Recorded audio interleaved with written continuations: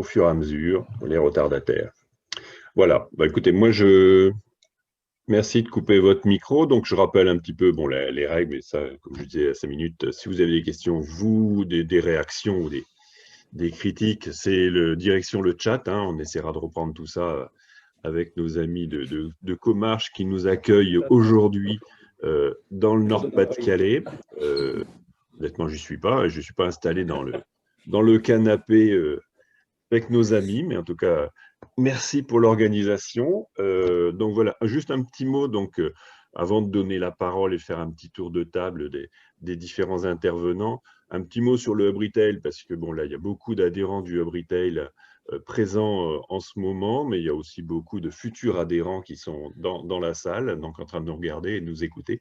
Donc voilà, donc le Hub Retail, c'est ça, hein, c'est du partage dans la convivialité, du professionnalisme. On parle commerce, on ne parle que commerce dans le Hub Retail et on organise des événements comme ça. Jusqu'en mars dernier, évidemment, une des caractéristiques du Hub Retail, c'est d'être en présentiel, donc d'être sur le terrain. Et évidemment, c'est un peu en panne, mais on essaye toujours, en tout cas, d'avoir le maximum de contact avec les enseignes, les magasins et de permettre des échanges et de faire progresser et d'évoluer tous ensemble ces différentes actions dans le commerce. Donc voilà, donc je ne vais pas m'étendre plus, je vous harcèlerai puisque vous avez ceux qui ne sont pas encore adhérents. Et voilà, donc on ne dit pas, j'ai pas le droit de dire qu'il y a une grande enseigne du Nord qui est à la porte du Hub Retail, mais Anthony n'en dira pas plus non plus. Mais en tout cas, ça sera la bonne nouvelle des jours prochains. Donc, puisqu'on lance dans le Nord, on est Hub Retail Nord-Pas-de-Calais, on est avec 2 partenaires, Comarch et Improvis, tous les 2 présents dans la salle. Et on accueille aujourd'hui Olivier Dauvert, donc voilà, donc je l'ai écrit de toutes les couleurs parce qu'effectivement, il a une veste assortie à son nom sur l'écran. Donc voilà, je vais laisser la parole et faire d'abord un petit tour de table. Je pense qu'on va d'abord donner la parole à notre hôte, hein, donc Anthony. Anthony, à toi. Donc Anthony, directeur général de Comarch France. Hein. Oui, donc merci Olivier, bonjour à toutes et à tous. Hein.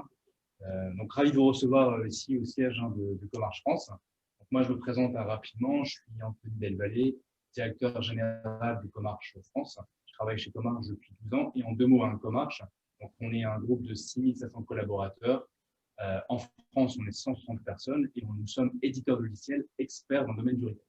Alors, je vous laisse moi faire un petit tour de table rapidement.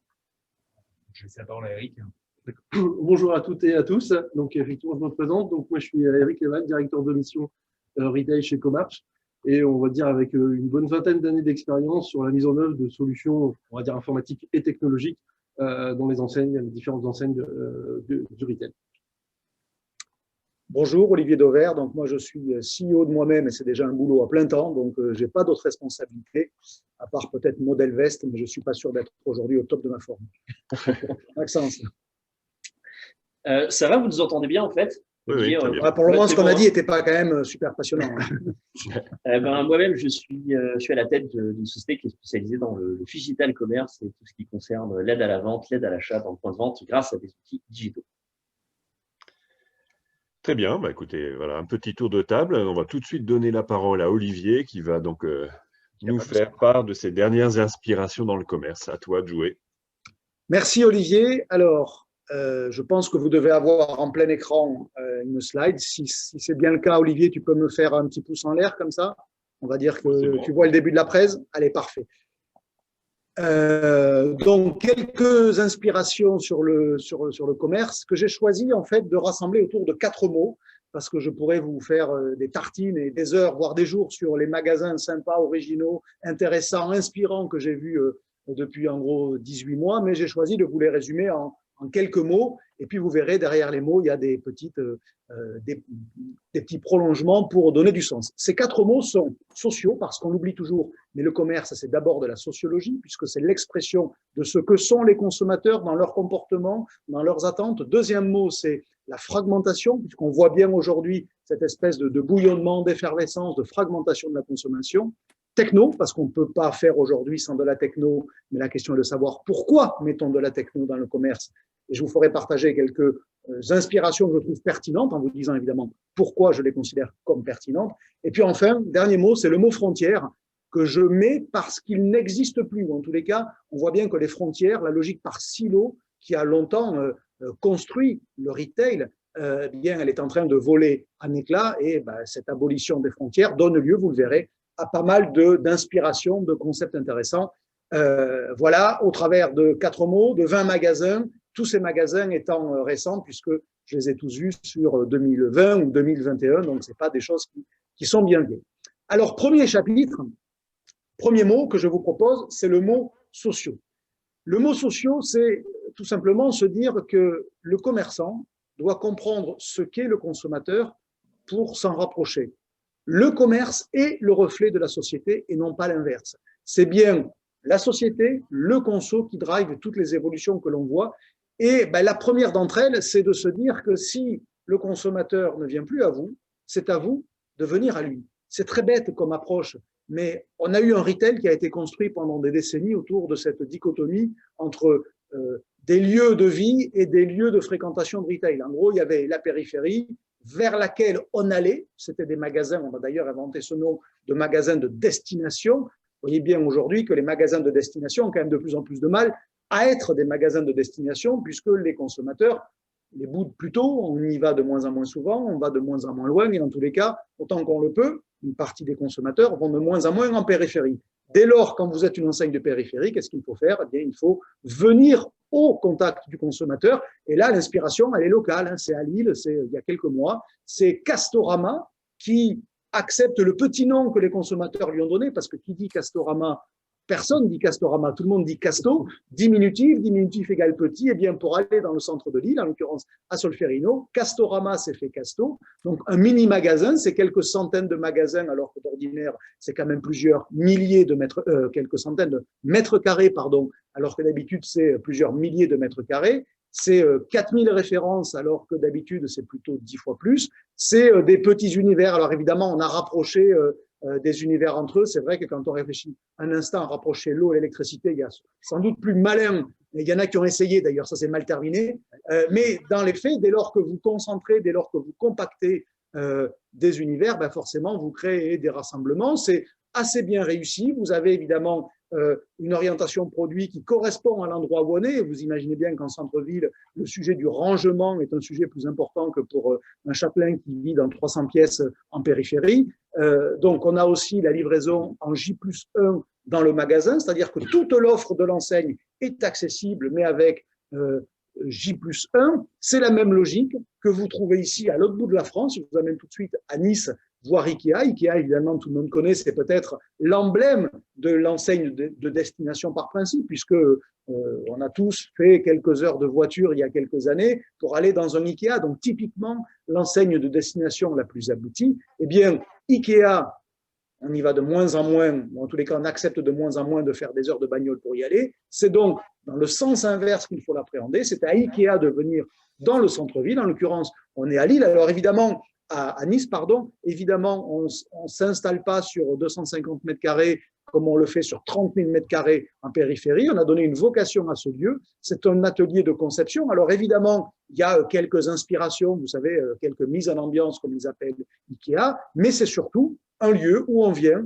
partager sur un projet avec un vendeur Ikea. On prend rendez-vous. Et donc, en fait, on a accès à la totalité du catalogue Ikea, mais évidemment pas dans l'instant. D'ailleurs, dans un magasin Ikea normal, c'est pas dans l'instant non plus systématiquement. Mais donc, vous voyez bien qu'il y a cette logique de si le client ne vient plus à l'enseigne, c'est bien à l'enseigne de venir au client. C'est très bête, mais c'est quand même facile à comprendre. Le deuxième sujet qui illustre, je trouve, le mot sociaux, c'est dans le type de produit que l'on achète aujourd'hui.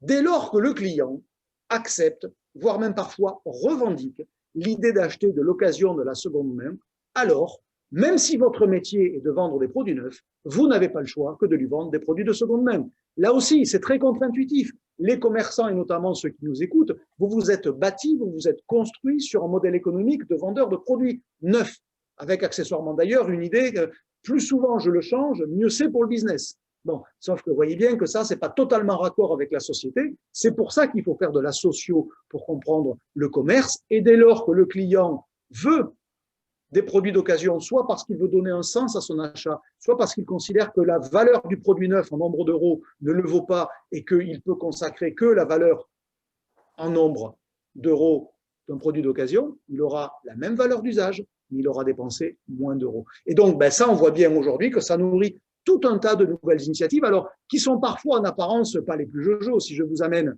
tout de suite, ça va venir, dans un espace seconde main d'un hyper Auchan fait avec Patatam. Bon, forcément, là, on est dans le début de la réserve, on n'est pas vraiment dans la surface de vente. Bon, ok, c'est sans doute pas glam. Mais là, ce qui m'intéresse, c'est pas que ça soit glam ou pas, c'est que ça illustre bien le fait que les commerçants ont compris que si le client est ainsi, ils doivent l'être aussi. Si le client veut de la seconde main, que ça plaise ou non à l'acheteur au textile qui voudrait vendre que des nouvelles collections et la fameuse, vous savez, fast fashion qui fait que tous les 15 jours, on pousse de la cam et puis on la met une fois et puis on la jette. Enfin, je caricature un peu, bien sûr. Mais vous voyez bien que si le client a un autre comportement, les commerçants doivent avoir une autre proposition commerciale. Là, ici, on est chez Auchan avec Patatam. Le principe, c'est que c'est ce spécialiste de la seconde main qui pousse de la marchandise. Elle est vendue à prix unique. C'est l'une des particularités de cette organisation-là. C'est-à-dire que les t-shirts, quelle que soit leur marque d'origine, seront vendus au même prix dans ces espaces seconde main. Auchan n'est pas le seul, puisque Patatam propose ses services à toutes les enseignes. Et là, je vous amène dans un hyper U, on est à La Rochelle. Alors, pour le coup, lui, il l'a pas mis dans la réserve, il l'a mis dans son rayon textile. Vous allez le voir dans un instant. Ça arrive, voilà. Donc là, c'est un élément du rayon textile. C'est fait de la même logique, ça veut dire que c'est présenté comme de la seconde main. Les prix sont là aussi uniques. Ça marche par type de produit. Les pantalons hommes sont à un prix, quelle que soit leur marque. Les pantalons femmes sont à un prix, quelle que soit leur marque, etc., etc. Donc, vous voyez bien que si le client est ainsi, les commerçants doivent l'être. Un autre exemple sur ce marché de l'occasion, c'est ce que vient de commencer à tester Decathlon, qui, sans le vouloir et sans le savoir, il y a 25 ans, plus de 25 ans maintenant, vous le savez, avait imaginé Trocathlon, qui n'avait pas été du tout imaginé dans une logique développement durable, etc., etc. Ça avait été imaginé pour permettre à des sportifs qui sont en montée en compétences, je vais le dire comme ça, dans la pratique de leur sport, de régulièrement revendre leur ancien matériel pour accompagner la montée en compétences ou en capacité, on va le dire ainsi, et ainsi avoir du nouveau matériel. Et donc, faciliter cette espèce d'escalier technique que l'on monte au fur et à mesure. Il se trouve que ce qui était valable il y a 25 ans pour cette raison-là est aujourd'hui valable pour une autre raison, beaucoup plus sociaux. Et donc, après avoir inventé le décathlon il y a plus de 25 ans, désormais, Decathlon organise la seconde vie d'une manière beaucoup plus pérenne, beaucoup plus durable. C'est le cas de ce magasin à Herblay, alors qui a démarré, là aussi, il faut accepter de le regarder, non pas en se demandant si c'est glam ou pas, mais en comprenant et en analysant l'initiative qu'il y a derrière. Et donc là, on a un espace seconde main, réservé aux produits de seconde main, et vous le voyez sur chaque produit, ça va arriver dans un instant, vous avez le fait que c'est clairement un produit d'occasion, c'est pas un produit neuf, il y a une démarque, là c'est moins de 40%, il est à 12 €, il était 40% plus cher, donc vous voyez que même les grandes marques, même les grandes enseignes qui vendent du neuf, se mettent à organiser et non pas simplement à subir la vente en occasion. Un autre exemple, là on est à Bordeaux, qui est très récent puisque ça a une quinzaine de jours, c'est une enseigne d'occasion qui s'appelle Easy Cash, que vous connaissez probablement, qui est plutôt à vendre des produits assez cheap en périphérie, dans des boîtes qui sont quand même pas glam, qui se dit, il y a aussi un marché pour ce qu'on va appeler de l'occasion chic. Donc l'occasion chic, c'est dans le centre-ville. Là, on est promenade Sainte-Catherine à Bordeaux. Pour ceux qui ont un peu une idée de ce qu'est Bordeaux, c'est vraiment the place to be.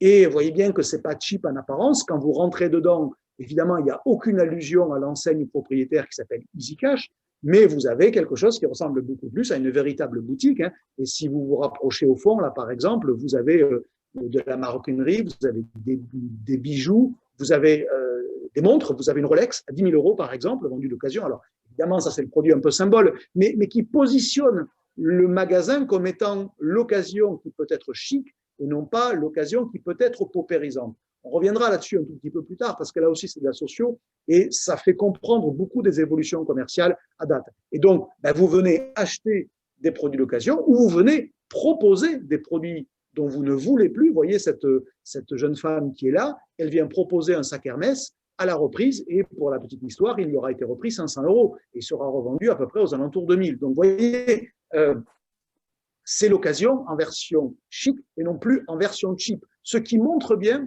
que dès lors qu'un phénomène concerne la totalité d'une population, là on est en train de parler de sacs à plusieurs centaines d'euros et pas juste de livres d'occasion vendus 50 centimes la pièce, comme dans la plupart des boutiques d'occasion, que ce soit Cash Converter, Easy Cash. Donc vous voyez bien qu'on a quand même un peu changé de dimension sur le sujet de l'occasion depuis 18 mois. Et donc désormais, il faut le dire ainsi, toutes les enseignes sur l'équipement de la maison et l'équipement de la personne sont condamnées, j'utilise ce mot à dessein, sont condamnées à intégrer cette notion de seconde main dans leur panoplie. Il n'y a pas le choix. Sinon, vous vous disqualifiez sur une partie qui va aller croissante de votre marché, puisqu'il y a une partie des consommateurs qui, sur l'équipement de la maison et l'équipement de la personne, veulent, ou parce qu'ils ne peuvent pas faire autrement, vont vers les produits de seconde main.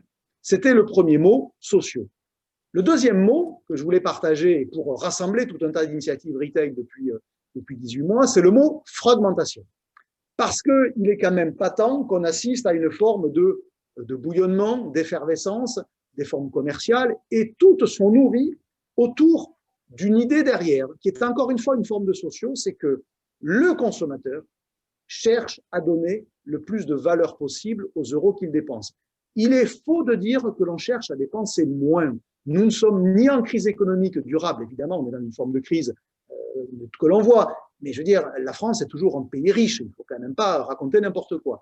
On n'a pas de baisse de pouvoir d'achat, quand on le regarde de manière globale, on peut considérer que les temps pourraient être meilleurs, ça, je vous l'accorde.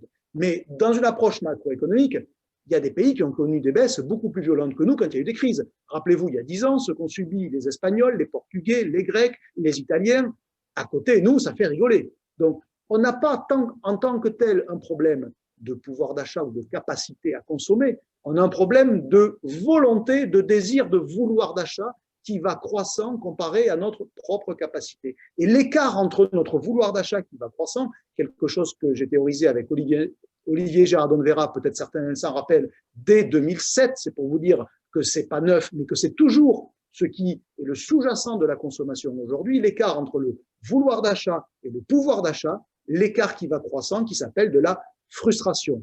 Dès lors que l'on est frustré, on cherche non pas à dépenser moins en nombre d'euros, mais à donner plus de valeur à chacun des euros que l'on accepte finalement de dépenser. Et donc, quand vous êtes obsédé par la valeur des euros, que vous dépensez, vous allez vers des formes de vente qui, à vos yeux, portent le plus de valeur possible. Alors bien sûr, en alimentaire, quand il s'agit d'acheter un pot de Nutella, celui qui a le plus de valeur, c'est là où il est le moins cher, puisque par principe, le pot de Nutella chez Leclerc et chez Carrefour et chez Auchan, c'est le même.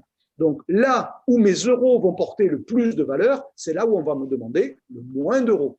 Mais à côté de tous ces produits qui sont exactement les mêmes d'une enseigne à l'autre, vous avez tout un pan de la consommation où ce qui compte n'est pas le prix en valeur brute, mais la valeur en valeur relative, puisque par principe, c'est toujours très relatif. Et donc, vous avez des formes de vente qui portent des éléments de valeur très, très forts et qui, de fait, s'inscrivent dans cette fragmentation en l'alimentant. Ces éléments de valeur, j'en ai pris 3 pour vous l'illustrer. Ça peut être le local, ça peut être l'affinitaire, je vais vous le développer dans un instant, ou ça peut être carrément du déstockage, puisque forcément, quand vous déstockez, vous donnez une valeur colossale aux produits que vous déstockez, parce que vous demandez tellement peu d'euros que pour chaque euro que vous dépensez, forcément, ça génère une énorme valeur.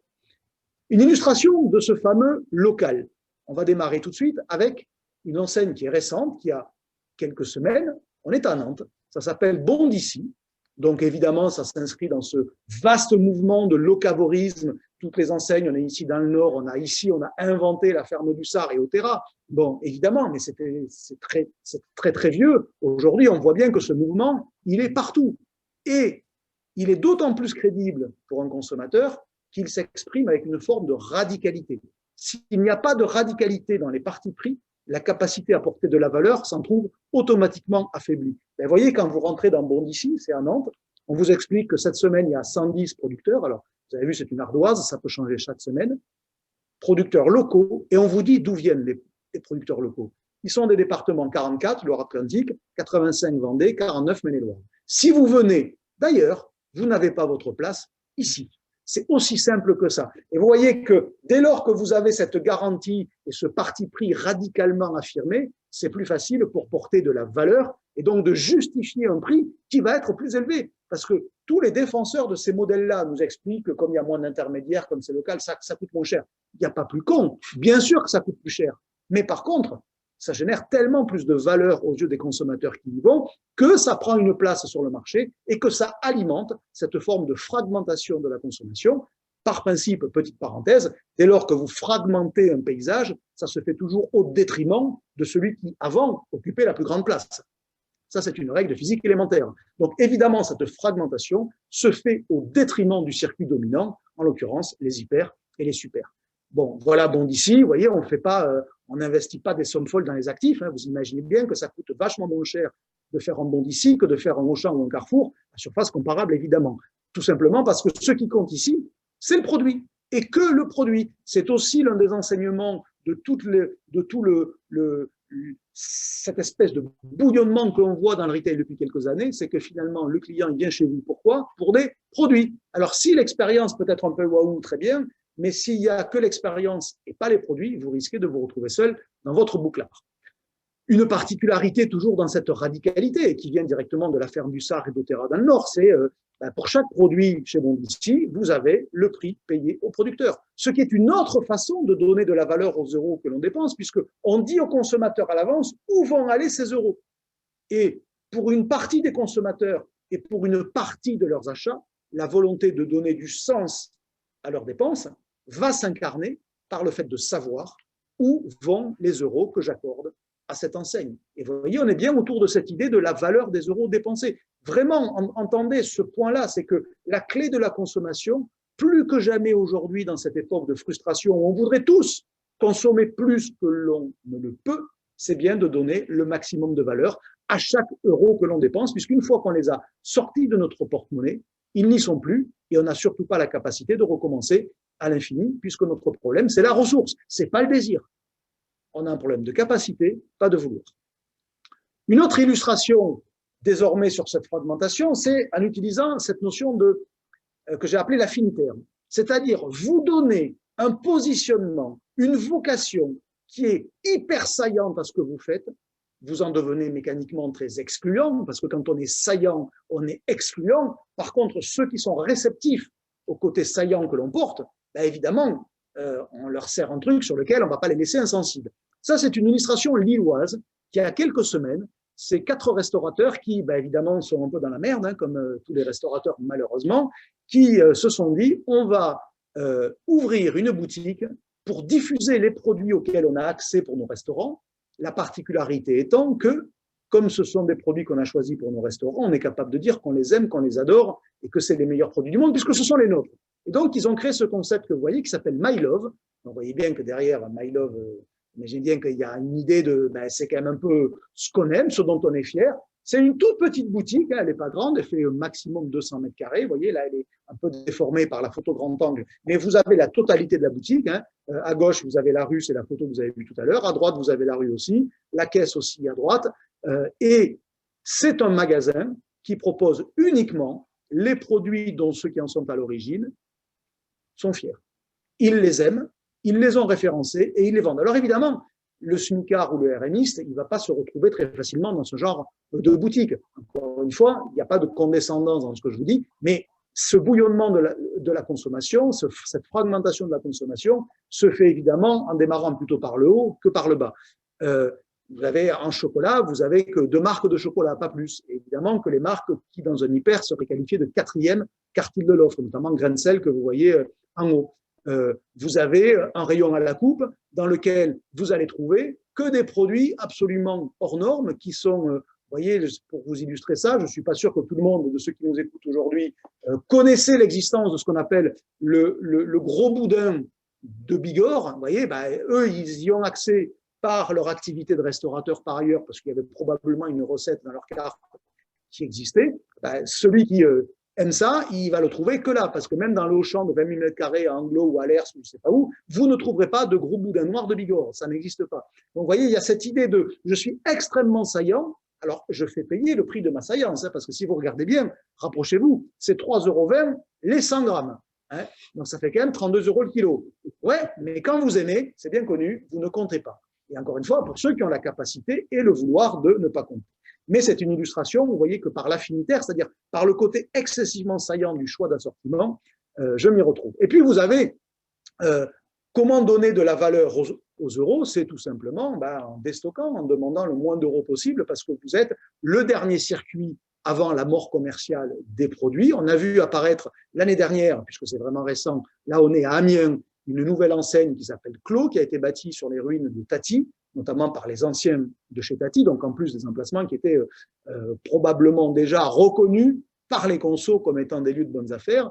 Donc, en gros, c'est une énième enseigne de déstockage, puisque vous connaissez peut-être Noz, Max Plus, on voit aussi un peu de déstockage chez Action, par exemple. Bref, sur ce grand marché où vous avez des produits absolument pas chers, sauf que là, vous avez des produits pas chers parce qu'ils sont en déstockage, mais vous avez surtout des marques. Si vous regardez bien l'offre de lessive que vous voyez ici, avec notamment un peu aussi d'importation parallèle d'autres pays, vous voyez que, vu la couleur des packs, vous avez tout de suite identifié qu'il s'agit de grandes marques. Vous avez aussi, là, ici, on est sur du carte noire. Donc, vous voyez que ce bouillonnement aussi, il touche le haut de la pyramide. Encore une fois, le boudin à 3,20 € les 100 grammes, c'est le haut de la pyramide, ou du déstockage de carte noire par le bas de la pyramide. Mais il y a cette multiplication de formes de vente avec des promesses toujours plus abouties. Troisième mot, le mot techno. Alors, le mot techno, il faut différencier ce qui est du registre du moyen de la fin. Fin, FIN, bien évidemment.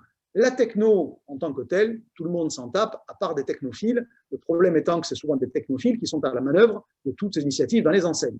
La techno n'a de sens que quand elle apporte un bénéfice perçu par le client. Parce que quand elle apporte un bénéfice tout court, ça ne sert déjà à rien. Il faut qu'il soit perçu par le client. Donc, je vais vous prendre quelques exemples d'initiatives récentes dont je trouve, alors ce n'est que mon avis, mais je le partage, qu'elle présente un intérêt.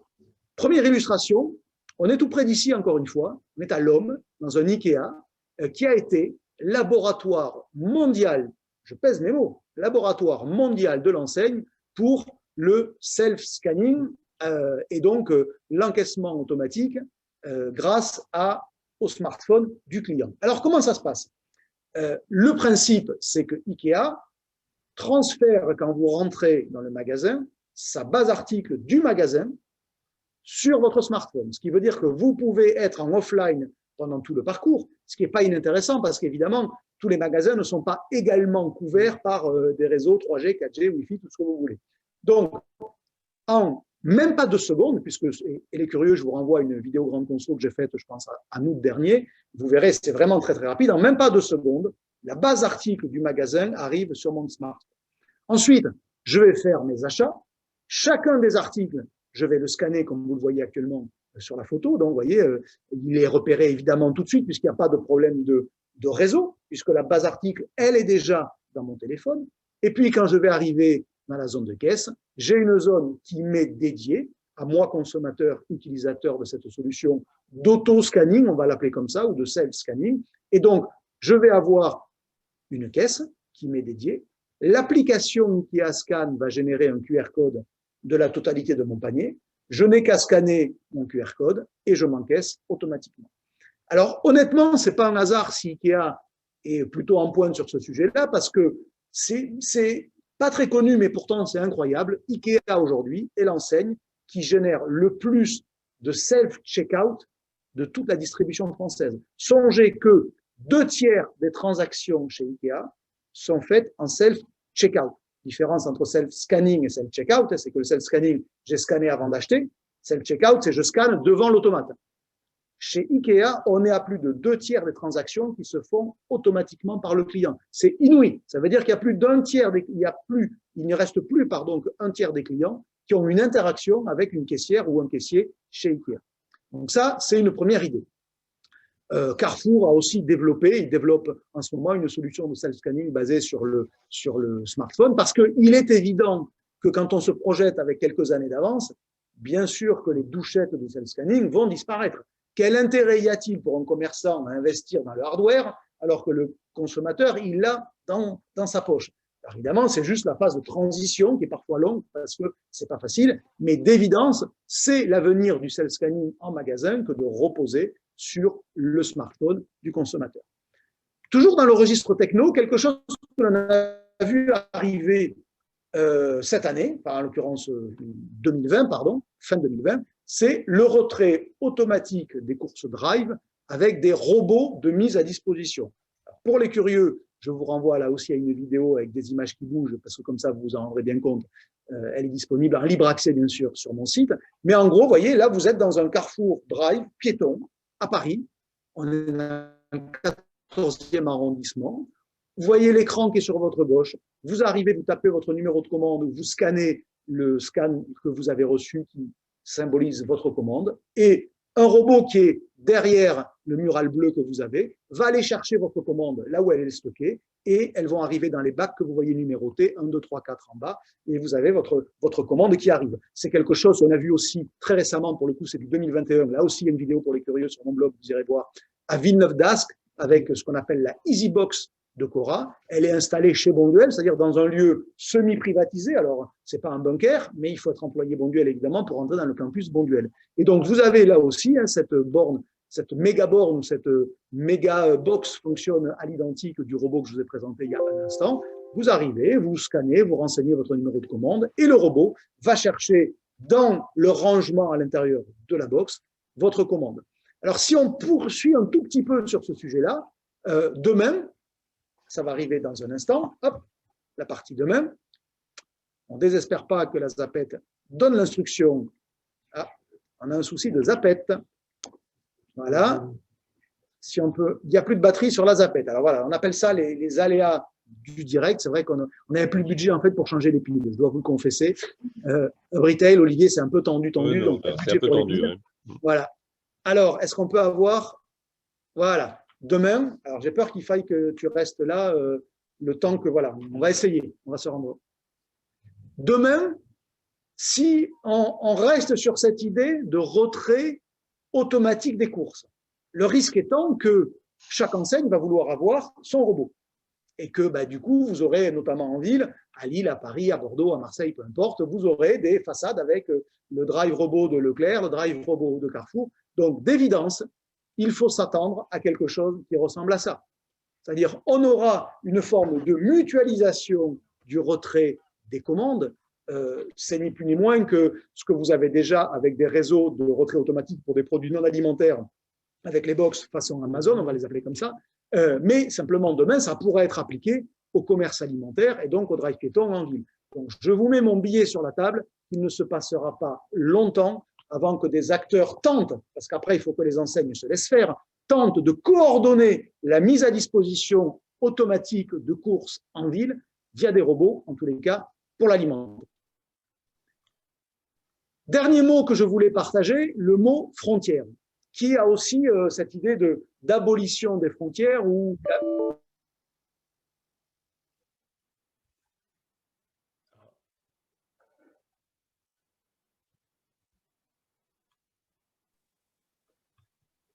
Il y a décidément plus de budget. Là. Il n'y a plus rien là. Ouais, Cognac G, on n'a plus d'image et de son. Hein. Non. Ben, je ne sais pas qui. L'ordinateur n'était pas branché. Hein. C'est à Lille que ça a décroché. Donc, c'est la plus banque. embêtant. Oui. Je vais essayer de les appeler.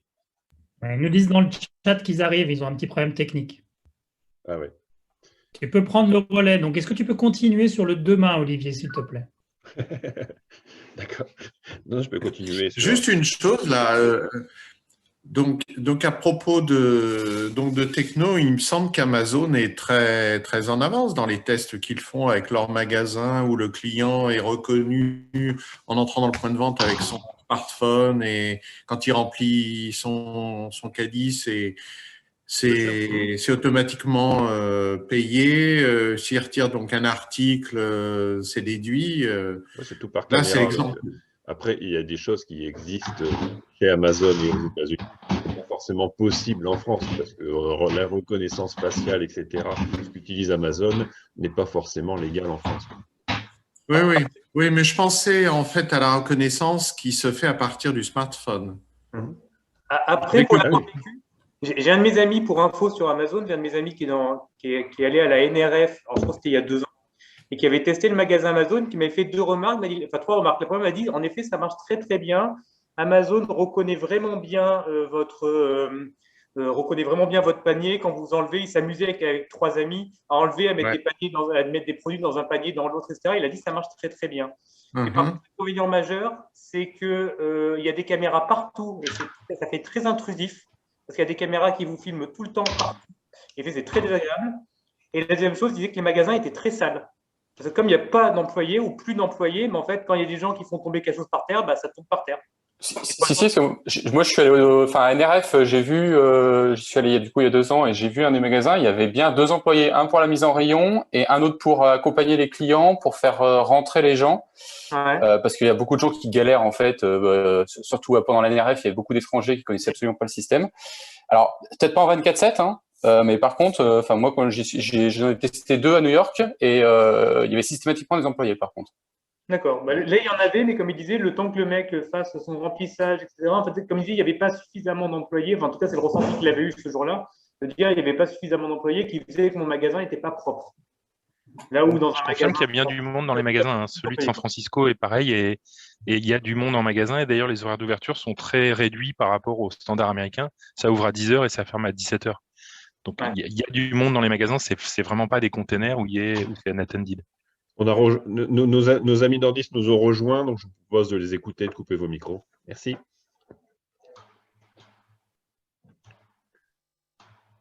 On vous écoute.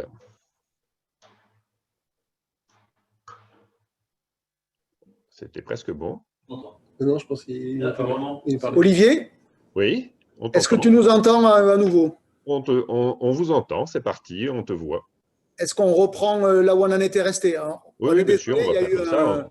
Un météorite sur Comarch, mais sinon on est sain et sauf, puisque tu poses la question, ne vous inquiétez pas pour nous, on est en bonne santé. D'accord, c'est pas AZF. Voilà, je vous confirme. Le 4e mot, parce que finalement ça s'est fait entre 2 chapitres, donc c'est plus simple malgré tout à suivre, et pardonnez-nous encore une fois de cette interruption du son et de l'image. Le dernier mot que je souhaitais partager, c'est le mot frontière, tout simplement parce qu'elles sont en train de disparaître, et plus généralement, c'est la vie en silo qui disparaît dans les enseignes, entre enseignes, et parfois même au sein d'une fédération d'enseignes. Pour ceux qui ont un peu de culture de la galaxie Mullier, ça s'est bâti évidemment sur la logique de principe d'une vie en silo, parce que c'est comme ça qu'on était meilleur que si on mélangeait tout le monde. Donc, globalement, ces frontières et ces silos sont en train de tomber, et on assiste à 2 types d'hybridation. Vous avez une hybridation de métier et une hybridation d'enseigne. Les 2 choses ne voulant pas nécessairement signifier les mêmes choses. On va commencer par les hybridations de métier. C'est ce que l'on voit en alimentaire. Alors ça, c'est le dernier concept de Market. C'était il y a quelques mois à Montreuil, il y a quelques semaines à Nice, les 2 premiers magasins. C'est cette idée que le commerce alimentaire doit intégrer cette fonction dite de restauration, et vous avez désormais dans ces magasins un pôle que l'on appelle cuisine. Alors, en tant que tel, on a déjà vu ça dans des hyper. Ce qui est nouveau, c'est que ça se fasse aussi dans des super, c'est-à-dire dans des univers de plus petite taille, où le trafic n'est pas le même, donc accessoirement, la capacité à le faire vivre est beaucoup plus difficile. Ben pourtant, ils y vont aussi. Vous voyez, on va passer en revue ce grand espace cuisine dans ce supermarché Carrefour Market à Montreuil. Vous avez évidemment une notion de produit du jour avec tous les jours une offre qui change. Vous avez... Hop, pardon, c'est arrivé trop vite. Hop, non, je reviens en arrière un instant, excusez-moi.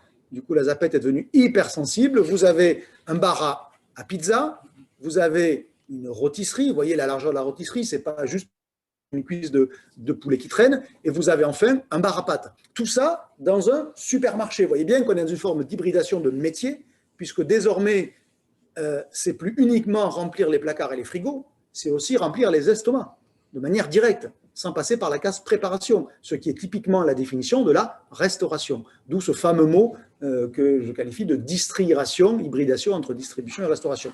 Très récemment, et on revient dans le Nord un instant, c'était il y a 15 jours, le dernier match ouvert à Villeneuve-d'Ascq.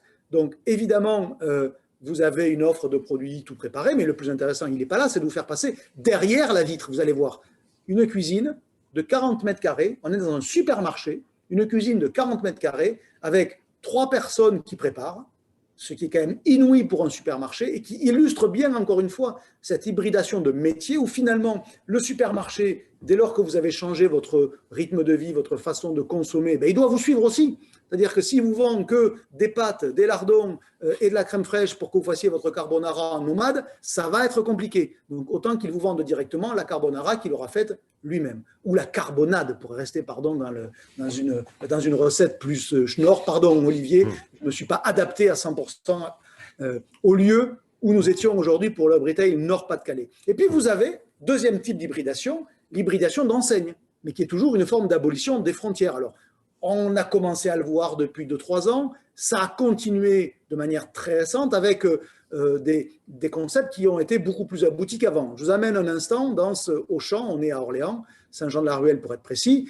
On a changé d'échelle sur les corners Decathlon. Avant, c'était 3-4 éléments avec un fronton mal fait et des produits en dessous, ce qui était déjà ça pour démarrer. Désormais, vous voyez que dans ce magasin-là, on est dans le Auchan. Ce que vous voyez là avec les chariots, ce n'est pas la galerie commerciale, c'est l'allée centrale de l'hypermarché. Eh bien, un véritable corner Auchan, un véritable magasin. Vous voyez, vous avez le Decathlon et tout le reste, c'est bien le Auchan et les allées qui s'enfilent. Et si vous rentrez dedans, vous voyez que ça ressemble beaucoup plus à un magasin digne de ce nom qu'un simple petit corner avec quelques produits qui se battent en duel, comme on l'a vu.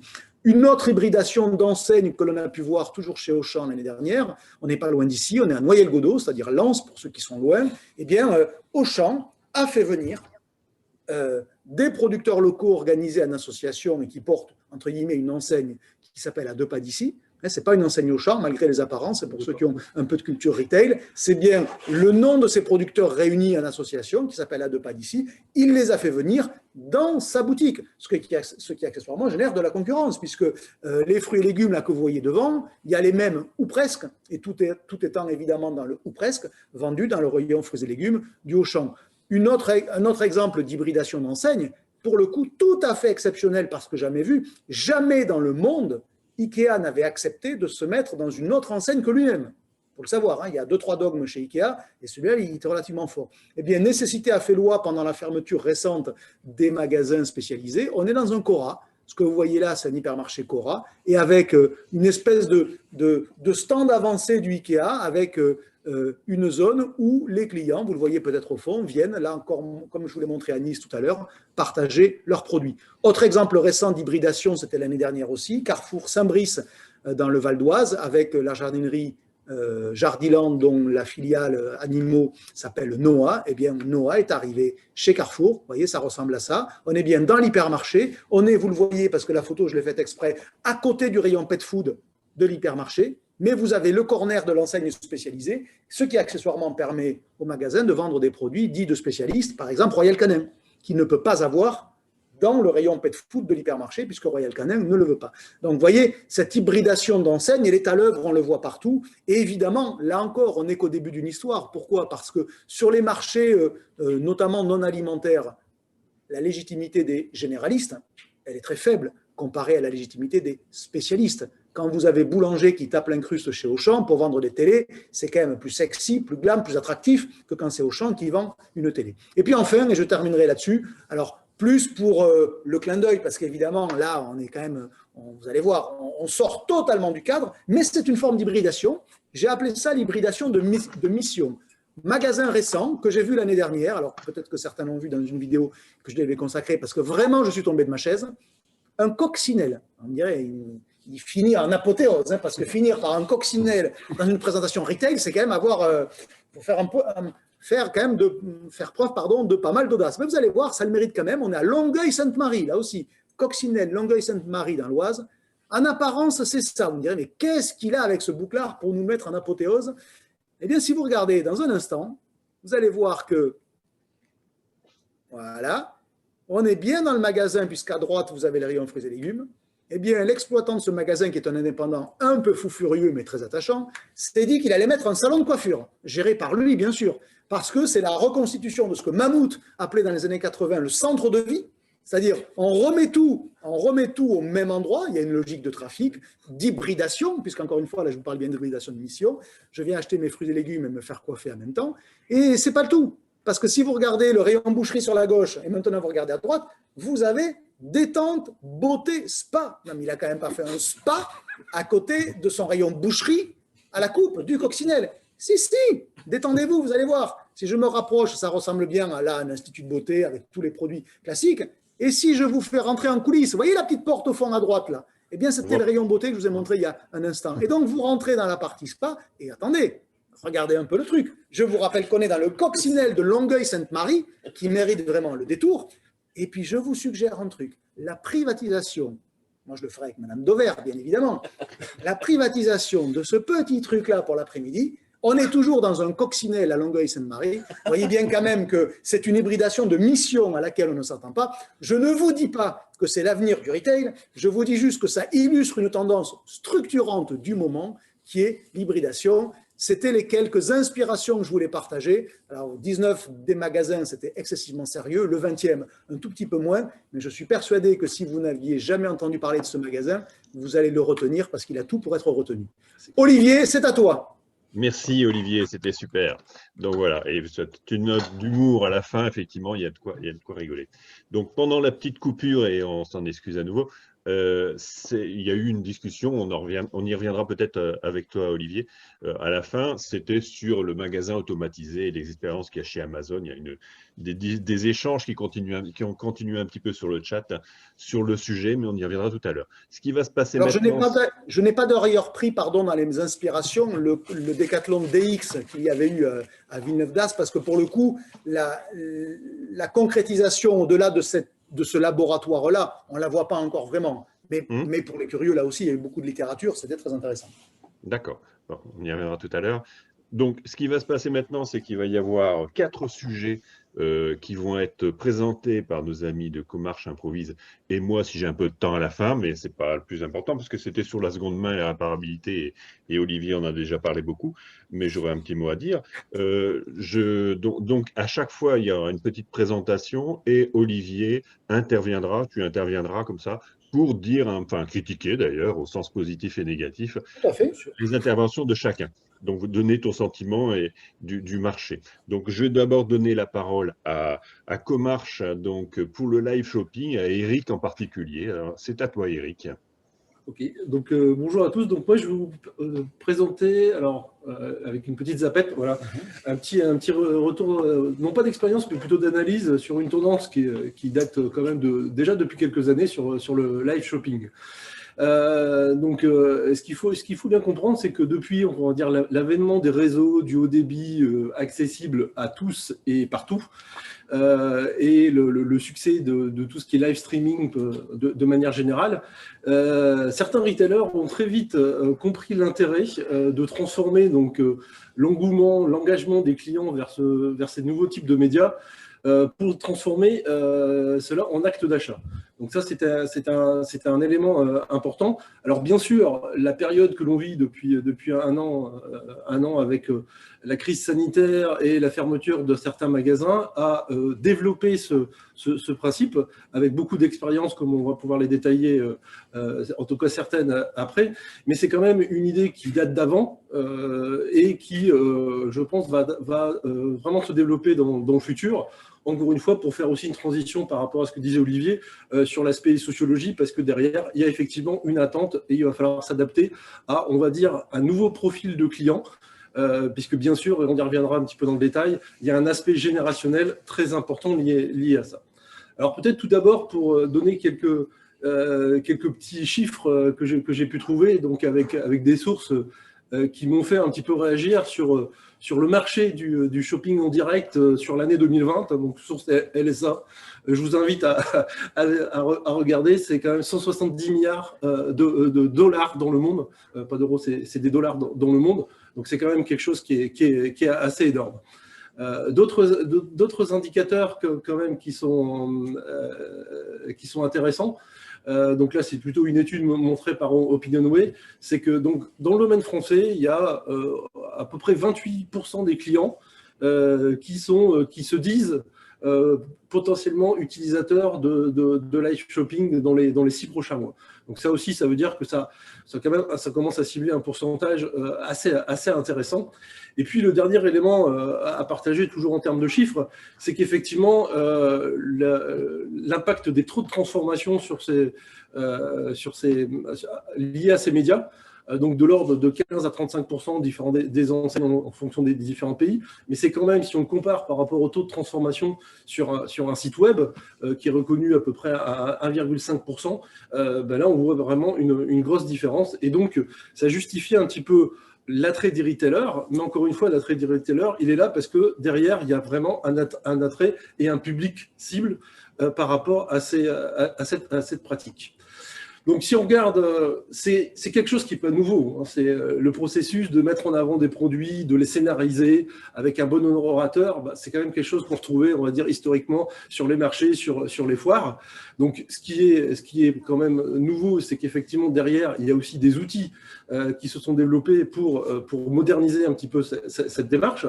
Donc, on va retrouver des présentations qui sont des mixtes entre des démos produits mis dans le cadre d'une vie réelle, avec des formats interactifs communautaires sur lesquels chacun peut interagir, un petit peu comme on le fait aujourd'hui, donc en posant des questions, faisant des remarques, etc.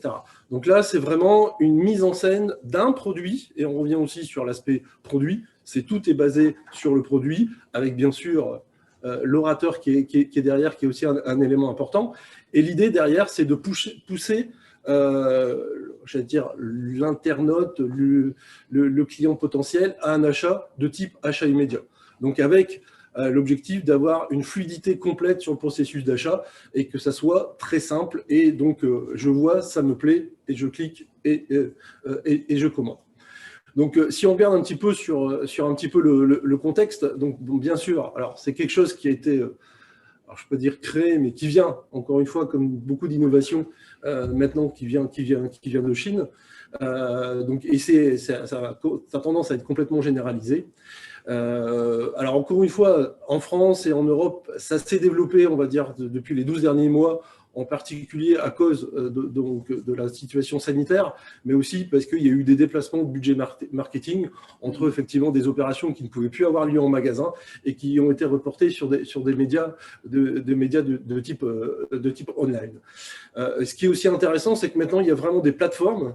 Et je vous donnerai 2-3 exemples. Donc, la principale, c'est Cast TV, qui a été développée pour effectivement rendre ces vidéos, donc de passer le dernier cap, de transformer et de rendre les produits facilement commandables et mis directement dans le panier et aller jusqu'au bout du processus d'achat.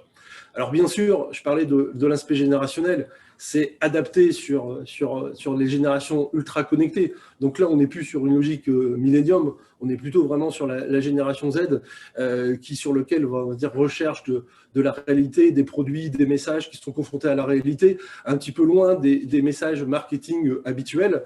Donc là, effectivement, c'est une cible, je veux dire, très particulière, mais qui va faire que, de mon point de vue, ces solutions-là vont continuer à se développer dans le futur. Donc, si on prend rapidement les précurseurs, alors la Zapette, petit problème de Zapette. On ne touche pas à l'ordinateur. On ne touche pas à l'ordinateur. Voilà, alors ok, c'est bon, c'est passé, il faut appuyer doucement. Donc les précurseurs, donc on va dire, les précurseurs, je pense qu'on peut considérer que c'est Alibaba, donc avec la fameuse journée des célibataires, donc de mémoire en 2016, qui a instauré ce premier principe, et depuis effectivement, donc un mélange avec basé sur un show, puisque effectivement la journée des célibataires, c'est le big show retransmis, etc., sur tous les réseaux, bien sûr les réseaux de type WeChat, et sur lequel effectivement les consommateurs pouvaient commander directement en live les produits qui étaient présentés. Donc on va dire c'était le précurseur en Chine.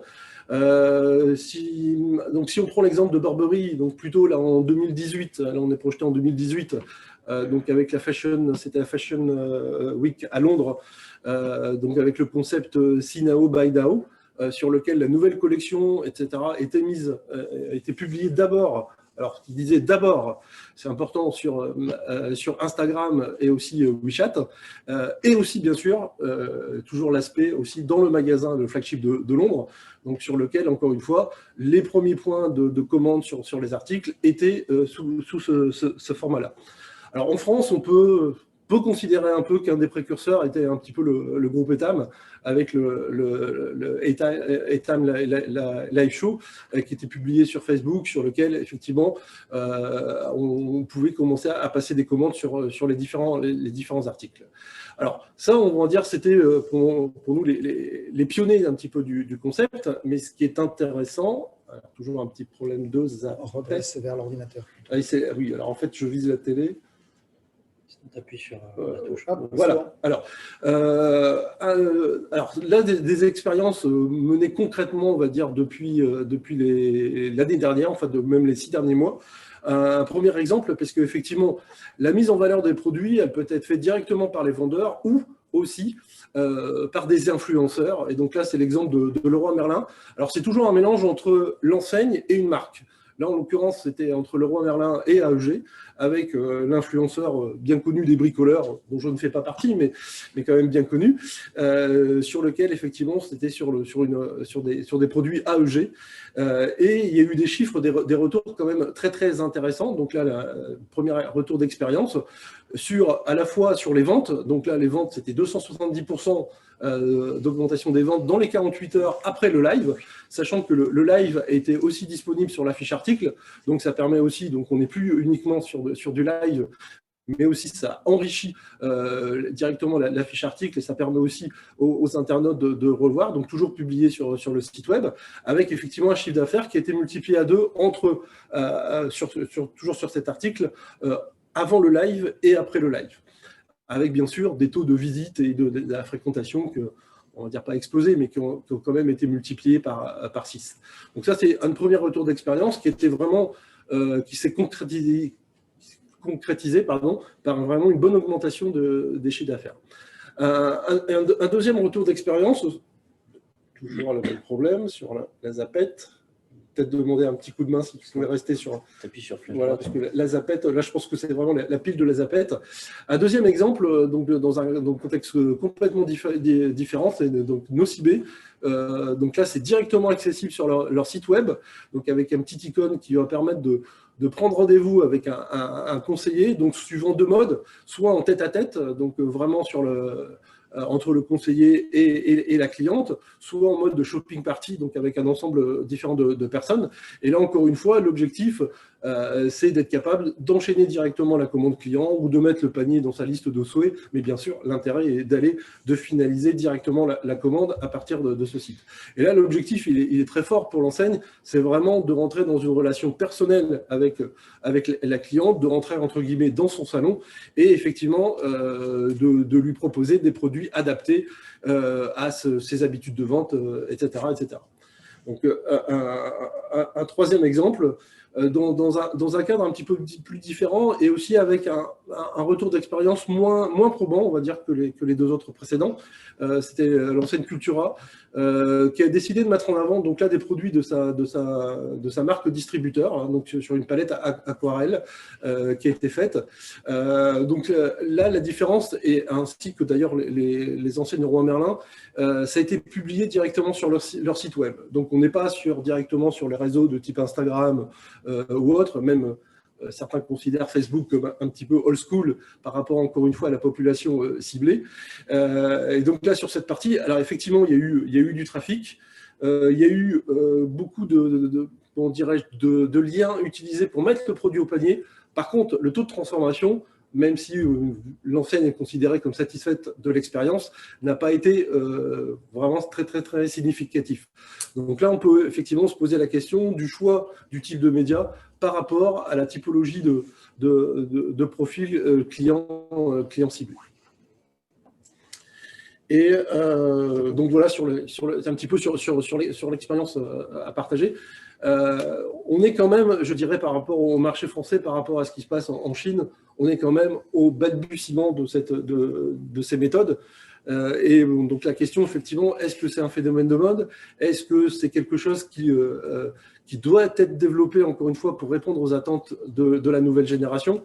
Ou est-ce que ça reste quelque chose qui est un chou-d'œuf, comme on dit, pour les différentes enseignes, qui vont permettre de mettre en avant certains produits et non pas un concept de vente généralisée et qui vont se développer? C'est un petit peu la question qu'on peut se poser par rapport aux années qui vont venir. Olivier, peut-être. Moi, ce que ça m'inspire, alors je vais essayer de faire court parce qu'on est quand même à la bourre. J'étais long, désolé. Non, mais on a été aussi interrompu techniquement. Alors moi, je suis intéressé, évidemment, très intéressé par le live shopping, mais en même temps, pour être un peu provoque, je dirais qu'il a fallu qu'on lui donne une espèce de concept, qu'on le conceptualise pour se rappeler que le commerce peut être enrichi. Parce que le live shopping, c'est ni plus ni moins que du commerce enrichi. Et le commerce enrichi, il peut se faire à distance, il peut se faire physiquement, tu l'as rappelé, c'est le bonimenteur ou le camelot, mais finalement, live shopping, c'est du e-commerce enrichi. Point. Alors après, si ça fait vivre quelques agences de l'appeler live shopping et de vendre de la presta, je veux dire, tant mieux pour l'économie. Mais c'est quand même que du e-commerce enrichi. Et au-delà de ça, c'est donc du commerce enrichi qui, quand il se fait sous forme e-commerce, c'est du live shopping. Mais on va prendre notre exemple tout bête. On peut enrichir aussi du commerce offline. Ben, c'est par exemple quand vous mettez, admettons, sur une bouteille de vin, un QR code que vous scannez et vous avez le producteur qui, ça déclenche une vidéo sur une URL et qui vous dit « Regardez, le vin que vous avez dans les mains, il vient de là, de la parcelle qui est ici, je l'ai faite comme ça, j'ai récolté tel jour, il a fait beau, il a fait chaud, je l'ai passé en fût de chêne, en blabla, ce que vous voulez. » C'est aussi du commerce enrichi, on n'appelle pas ça du live shopping ou du je ne sais pas quoi, mais finalement, ça illustre quelque chose qui est que quand il s'agit de vendre, il faut proposer un produit, il faut en faire comprendre le prix et il faut lui donner une valeur. Et que tous ceux qui participent à lui donner une valeur, ça peut être par la démonstration, c'est ça, du live shopping, c'est la démonstration, ça peut être par de l'explication, hein, quand je mets mon QR code et le vigneron qui sur la bouteille me dit, ou ça peut être autre chose, je suis au rayon poisson du Auchan du coin, la promo du jour c'est du pavé de saumon, j'ai un QR code qui me permet de scanner une recette de pavé de saumon. Bon, ce n'est pas le plus compliqué à faire, le pavé de saumon, hein, quand même. Mais oui, c'est aussi du commerce enrichi, c'est-à-dire je donne de la valeur à l'offre en facilitant son usage. Donc, live shopping, oui, mais en tant que tel, au-delà de ça, c'est bien le commerce enrichi qu'il faut avoir en tête. Et cet enrichissement, il peut être online comme offline. Et évidemment, il n'y a pas du tout que le live shopping pour enrichir le commerce. Voilà, Olivier, c'était ma contribution un peu ronchon à ce mot à la mode, live shopping. Voilà, on va revenir dans le magasin avec Improvise donc, et le Figital, avec un sujet que tu as abordé, Olivier, hein, donc le Shop in Shop, mais vu par l'angle de Maxence. À toi de jouer. Voilà. Alors là, vous ne le voyez pas, mais il est en train de nettoyer la zapette parce qu'on est strict sur le protocole sanitaire. Olivier, je te rassure. Et après, il lèche ses doigts. Alors, aujourd'hui, c'est à peu près le printemps, puisque c'était il n'y a pas si longtemps que ça, et quelque chose fleurit avec le printemps, autre que les fleurs, c'est aussi les shop-in-shop, c'est une vraie tendance du moment, une tendance de fond, même si ça, comment dirais-je, il y en a depuis longtemps, ça se fait depuis toujours. Avec le Covid, il y a une tendance qui s'est accélérée. Pourquoi? Parce que les magasins sont fermés et donc il y a un besoin de pouvoir aller chercher des espaces ouverts ou d'autres types d'espaces pour diversifier sa cible, aller chercher sa cible plus loin. Tout à l'heure, Olivier parlait du fait que le client peut aller jusqu'à l'enseigne, mais l'enseigne peut aussi aller jusqu'au client. Et bien, le Shop in Shop, c'est cette tendance de fond qui illustre le fait que je vais essayer de me déplacer dans une nouvelle zone de chalandise pour aller essayer de trouver des nouvelles cibles. On a vu tout à l'heure les exemples de Decathlon, de boulanger. Je vais en revenir sur certains d'entre eux. Alors, pour le coup, j'avais prévu d'en parler un petit peu, mais Olivier l'a très bien fait. Donc, effectivement, on a vu que Decathlon a eu ce type d'initiative. Ici, on voit quelques photos, ça doit être à Bordeaux-le-Lac. Oui. Plus récemment, nous avons aussi à l'usine de Roubaix, depuis le mois de janvier, un mini D4 qui se promène à l'usine de Roubaix. Nous avons aussi Alltrix qui vient d'être racheté il y a quelques mois par Decathlon, qui fait son corner chez Decathlon. Olivier a déjà parlé d'IKEA, donc je ne vais pas revenir dessus. On va plutôt aller chez Boulanger. Donc là, je m'y suis rendu il y a quelques semaines, c'est à Amiens. Et vous voyez ici, non pas un shop-in-shop au sens où c'est pas petit, c'est vraiment plusieurs centaines, voire on est presque aux milliers de mètres carrés, on est carrément dans un grand magasin avec beaucoup d'espace, beaucoup de produits. On est bien dans les allées du centre commercial d'Auchan, on voit bien les gens qui sont dans l'allée principale dans le mail. Et puis, quand on rentre, on va surtout ici s'intéresser à la partie Figital, qui est à peu près la seule que je maîtrise, à savoir, quelle est la problématique du Figital, c'est quand on fait des magasins plus petits que ce qu'on a l'habitude de faire, on ne peut pas y exposer toute l'offre. Or, que viennent chercher les clients quand ils vont au magasin? Des produits. Et donc, quand on ne peut pas tout exposer dans ces murs, la seule solution qui peut exister, c'est de s'équiper d'outils digitaux, donc soit les smartphones des vendeurs, soit les équipements des magasins, soit même le smartphone du client, tu l'as cité tout à l'heure. La partie Figital, en l'occurrence, c'est la seule que l'enseigne peut maîtriser, parce que le smartphone du client, je ne sais pas si par exemple, Olivier, toi, ça t'est déjà arrivé de ne plus avoir de batterie sur ton téléphone? Ah non, jamais. Je suis organisé comme garçon. Eh bien, la loi de Murphy existe pour plein de monde. En l'occurrence, ça fait partie des choses, le smartphone du client, que les enseignes ne maîtriseront pas et elles ne maîtriseront jamais. Et donc, il faut être capable de pouvoir proposer la meilleure expérience possible à tous ces clients, y compris ceux qui n'ont pas de batterie ou qui ont oublié leur téléphone dans leur voiture, ou même qui ont encore des téléphones à touche pour certains. Même si on peut supposer que d'ici quelques mois, d'ici quelques années, ça n'existera plus et que nous aurons tous un téléphone tout le temps chargé qui ne se décharge jamais et qui capte tout le temps, eh bien, en attendant, il faut bien que l'enseigne puisse maîtriser l'offre qu'elle puisse proposer et surtout quand on a des mètres carrés qui sont contraints et qu'on ne peut pas faire autrement. Et en plus de ça, en ce moment, il y a une photo qui est prise pendant la période du confinement. Et donc, on voit cette banderole blanche et rouge. On voit cette banderole blanche et rouge ici qui symbolise la frontière entre ce qu'on a le droit d'acheter et ce qu'on ne peut pas acheter. On voit ici les fameuses plaques de cuisson qui sont à l'arrière. Cette photo est prise dans un vrai magasin boulanger qui n'est pas le corner Auchan. C'était vraiment pour illustrer la banderole. On la revoit sur la slide d'avant, vraiment sur la gauche. Elle part de la borne et elle vient jusque sur la droite. On la revoit ici, toujours non plus dans le shop-in-shop, mais dans le vrai boulanger. Et donc, quand je zoome un petit peu, on se rend compte qu'en fait, cette borne sert à voir en taille réelle les plaques de cuisson de votre choix. Or, comme vous l'avez vu, les plaques de cuisson, en fait, elles sont de l'autre côté de la banderole. Mais on peut quand même les vendre sur cette borne. C'est pour ça que j'ai pris cette photo, parce qu'elle illustre le fait que le Figital reste une solution qui permet de vendre des produits qu'on n'a soit pas sur place, soit tout simplement qu'on ne peut pas commercialiser par faute de contraintes sanitaires. Alors ici, l'idée n'est pas de commenter la réalisation, la manière de faire, plutôt la problématique qui est comment faire pour pouvoir commercialiser une offre potentiellement infinie, beaucoup plus grande que celle que je peux accueillir dans l'espace, sur des outils digitaux. Il y a plusieurs solutions. On a vu celle du smartphone du client avec le QR code. On peut parler des équipements des vendeurs, le smartphone du vendeur, et il y a aussi l'équipement, le mobilier du magasin. Alors ici, Boulanger a fait le choix d'une grande table. Alors, quand je dis grande, c'est vraiment très très grande. Je vais vous la montrer en vidéo ici. Et je crois que pour la lancer, je n'ai besoin que de faire ça. Voilà. Donc vous la voyez diffusée normalement. Nous, on ne la voit pas, mais on la voit là-bas ici. Et donc, en fait, là, ici, Boulanger a fait le choix je pense, c'est son site web qu'elle a mis en grand sur, du coup, cette immense table. Alors, je filme avec un très, très grand angle pour essayer de tout voir, mais malgré ça, comme je suis assez près, c'est assez complexe de tout filmer. Donc là, le pari que fait l'enseigne, c'est le pari de le consommateur qui va voir l'image en grand, en taille réelle, peut être une aide à la décision ou une aide au choix. Alors là, en l'occurrence, on voit un petit peu l'utilisation de la machine. Et j'ai après quelques photos qui vont s'agrandir, parce que j'ai voulu aller au bout de l'expérience et voir cette fameuse taille réelle. Et donc, j'ai ouvert une plaque de cuisson, notamment une plaque 5 emplacements. Pas tarder à apparaître. Voilà, je crois que c'est juste après ça. Voilà. Donc là, on va pouvoir commencer à voir les photos qui vont s'ouvrir en grand. Voilà, donc là, en l'occurrence, Je crois que l'écran fait peut-être 1,50 m de large. C'est quand même vraiment très très grand. Je vais y placer ma main aussi pour que vous puissiez voir un petit peu ce à quoi ça ressemble.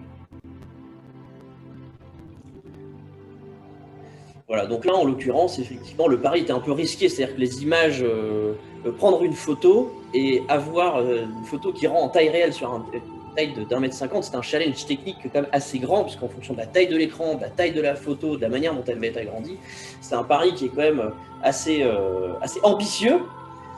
Et là, pour le coup, effectivement, on voit qu'en fonction de la photo qu'on charge, soit c'est toute la photo, soit c'est juste une partie. Et donc, au final, c'est assez difficile de se rendre compte de la vraie taille de la plaque de cuisson quand on la compare à la vraie.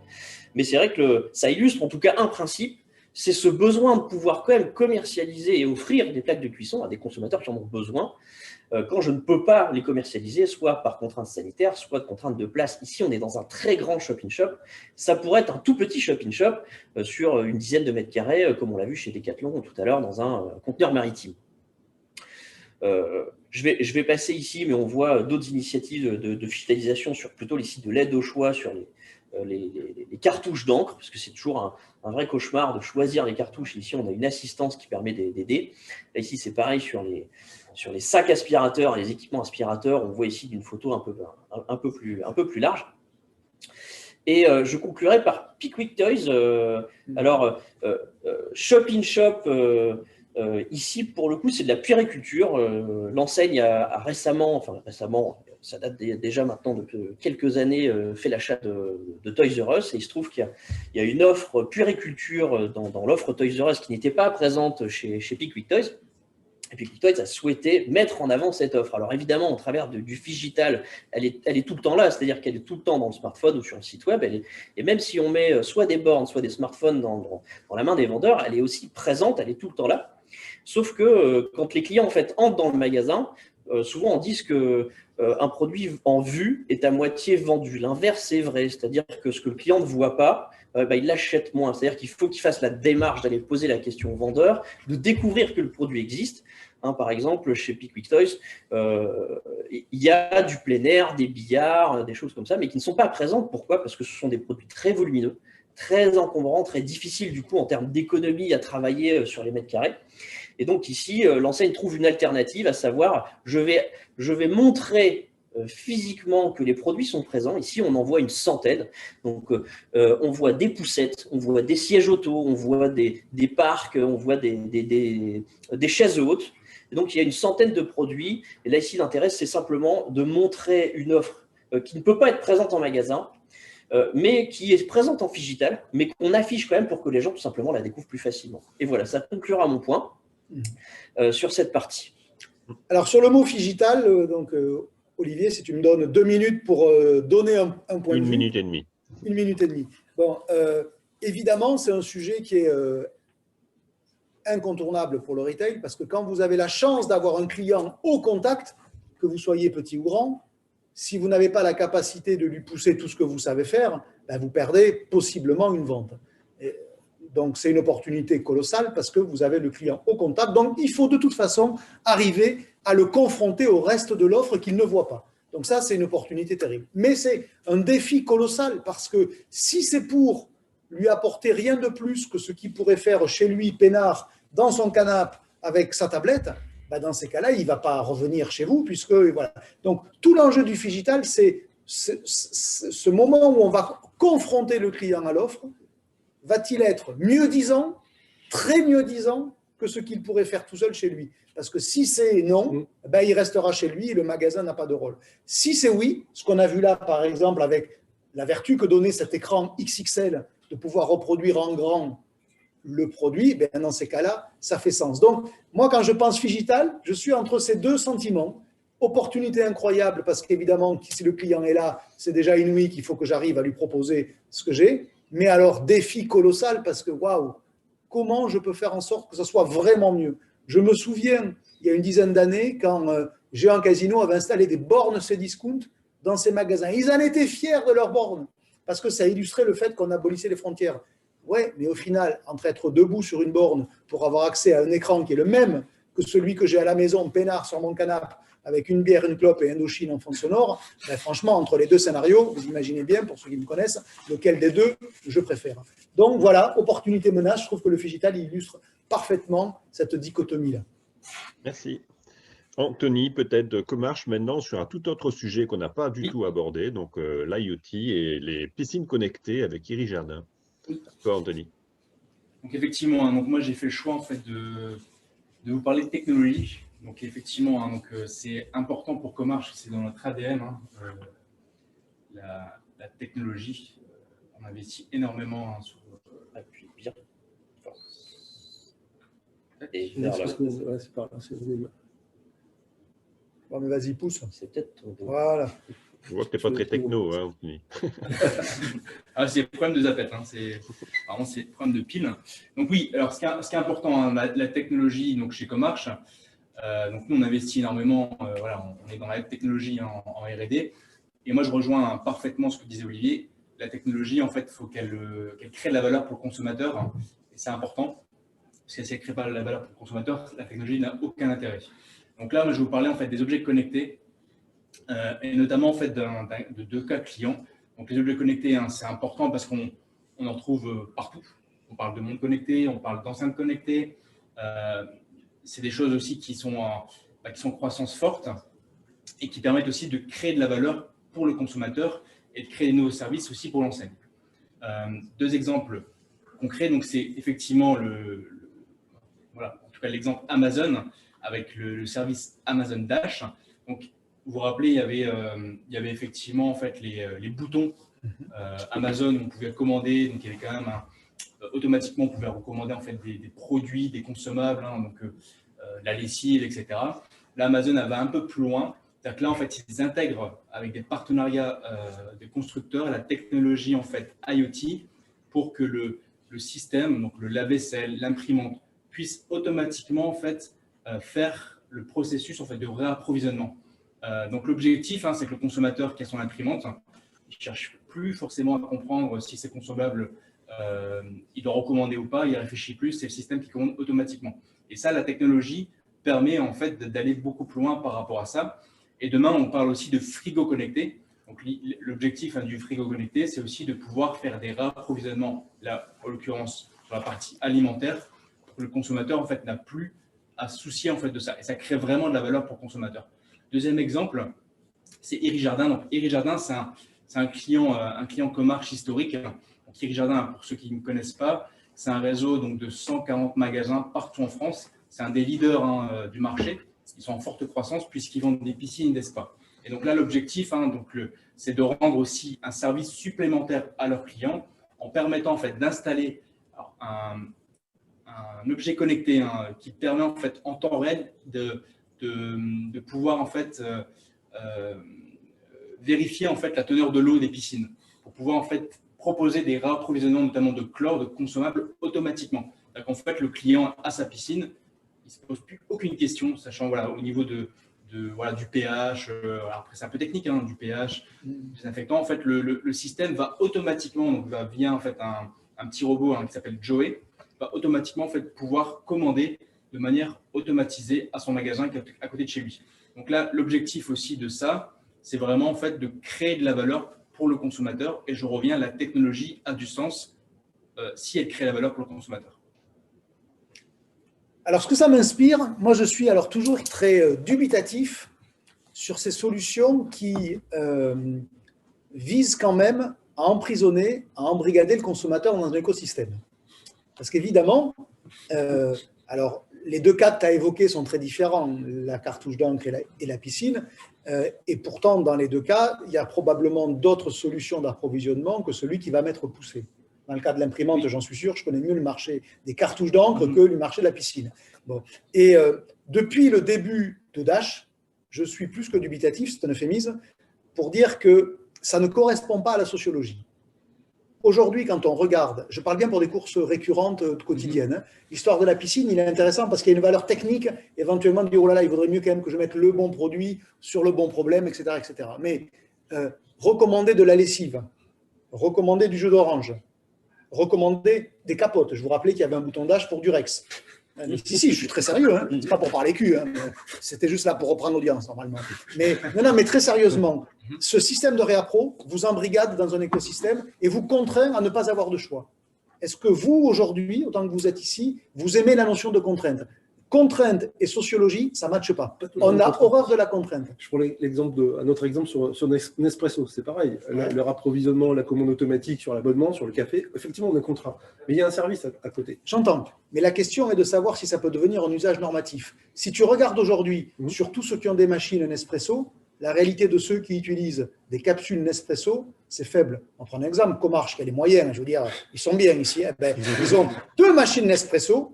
Qu'est-ce qu'ils mettent dedans? Des capsules l'or. Elles sont très bien, je te rassure. Hein. Je n'ai pas de souci avec ça. Mais tout ça, puisque j'en ai pris, bien sûr, j'ai fait mon enquête, très, très sérieusement. Mais tout ça pour dire que cette idée de réapprovisionnement est une contrainte. La contrainte est quelque chose qui ne matche pas avec la sociologie. Peut-être qu'on va finir par acheter du Nespresso, mais on va vouloir exprimer la liberté de… N'oubliez pas qu'en sociologie, aujourd'hui, on voit bien la réappropriation de la consommation. Quand vous youcatez votre produit en rayon, c'est une façon d'illustrer la réappropriation de la consommation. Vous allez peut-être acheter une merde, sauf que vous allez décider de le faire, malgré tout. Et on ne va pas vous l'imposer. Et donc, moi, c'est tout ce qui me gêne dans ces sujets de réapprovisionnement. Alors, je serais prêt à acheter le sujet de la piscine, parce que je crois que derrière, il peut y avoir une réassurance technique en disant c'est le bon produit pour. Vous voyez que dès que tu bascules déjà sur le café, l'exemple, il a déjà pris un peu cher, et t'imagines quand tu es sur la lessive ou des pâtes. C'est-à-dire que le mec qui n'achète que les panzani, bon, il n'est pas né, je pense. Hein.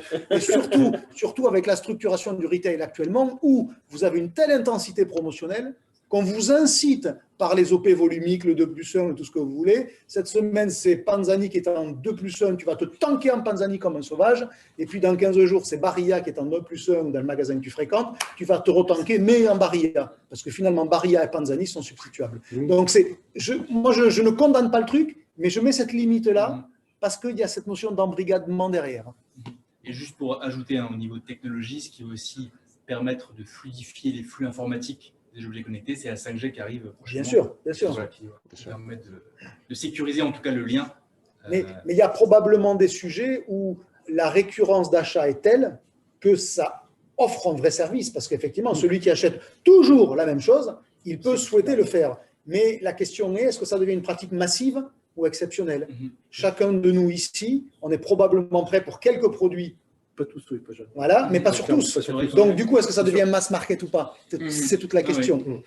Sur cette question philosophique, Olivier, c'est à toi. Ok.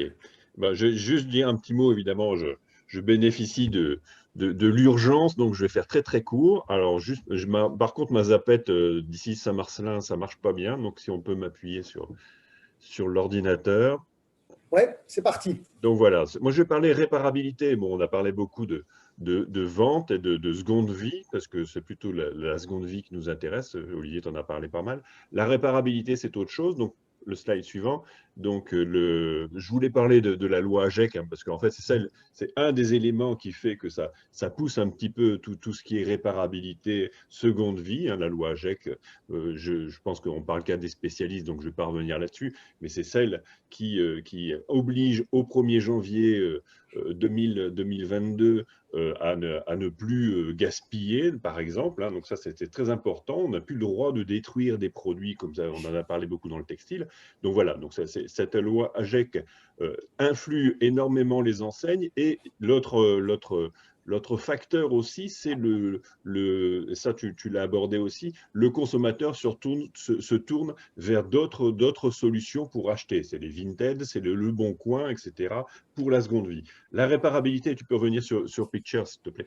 Donc sur Picture, donc juste un exemple, la Picture, c'est quand même une très jolie marque de vêtements qui propose la réparabilité avec une garantie à vie de réparabilité. C'est-à-dire qu'ils proposent des combinaisons, etc., qui sont réparables à vie. Évidemment, pas à envoyer un grand coup de cutter sur sa combinaison puis dire, tiens, il faut réparer. C'est sur les produits, c'est sur les coutures, les boutons, les fermetures éclairs, etc.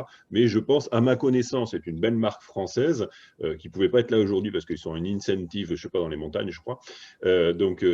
qui répare comme ça à vie, et je pense que c'est un exemple qui doit être à peu près unique.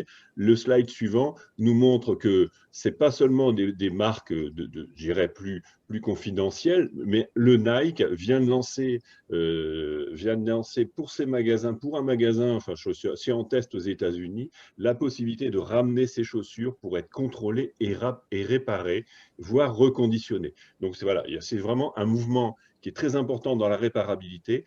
Et donc ça, c'est, enfin, en tout cas dans la réparation, la réparabilité, c'est un autre domaine. Et donc la deuxième chose, c'est la seconde vie des produits. Alors je vais passer vite parce que les slides suivants, je ne sais plus dans quel ordre, vas-y. Dans l'électrodépôt. Alors l'électrodépôt a lancé sa plateforme de revente des produits. Ça, je vous dis, c'est les marques essayent de se positionner par rapport à la concurrence qui est faite par les Vinted, les Boncoin, etc.